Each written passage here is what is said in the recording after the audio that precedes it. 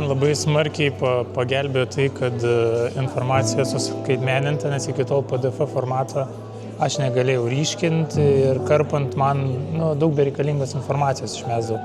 Nes dabar būtent jūsų platformai man patogu tai, kad aš galiu susiryškinti, karpyti, nes visiems mes perdirbam pagal save ir man tai labai padėjo, labai. Darbų jiem patinka, jie užduotis daro, jos sunkesnės nei konkurentų, nes konkurentų jiem bet metai iš metų jie už visas taškus žino ir ten beprasmiškai buvo duoti. O su Apiku dėl to, kad man ypač pasiteisina 11 klasėje, stipriai daro, nes yra visa forma.